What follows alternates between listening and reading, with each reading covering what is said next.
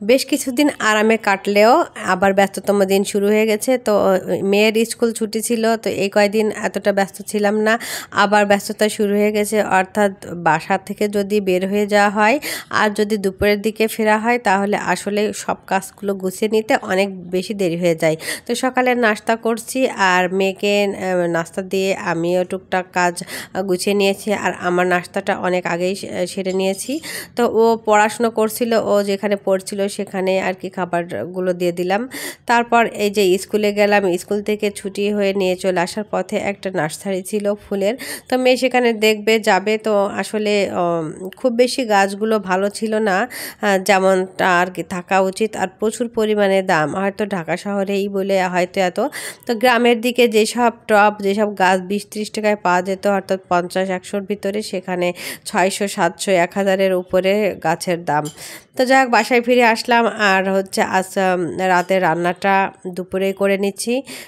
দুপুর হয়ে গেছে, তো যেহেতু ঝটপট করে নিব তাই ভাবলাম আজকের মাংসটা অন্যরকম করেই করি। তো হাতে মাখিয়ে দিয়ে সব কিছু একেবারে হাতে মাখিয়ে পাশের চুলায় বসিয়ে দিলাম।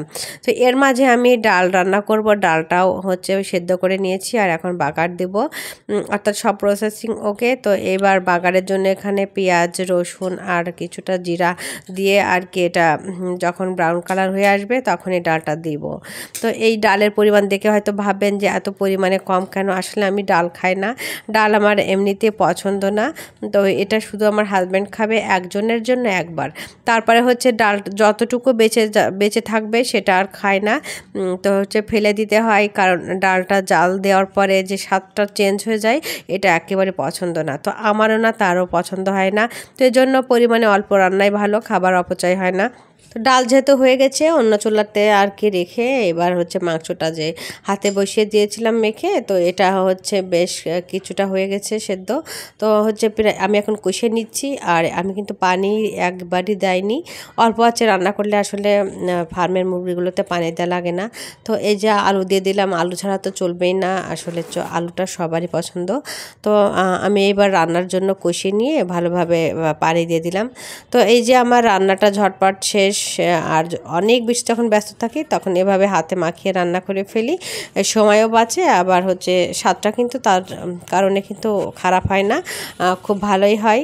তো হচ্ছে একভাবে এক রকম করে রান্না করি, তো সেটার স্বাদ কিন্তু ভালোই হয়। তো এই ছিল আজকের আমার ভিডিও। সবাই ভালো থাকবেন, আমাদের জন্য দোয়া করবেন।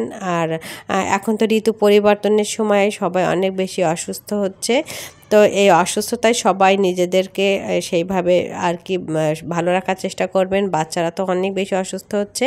সবাই ভালো থাকবেন, আল্লাহ হাফেজ।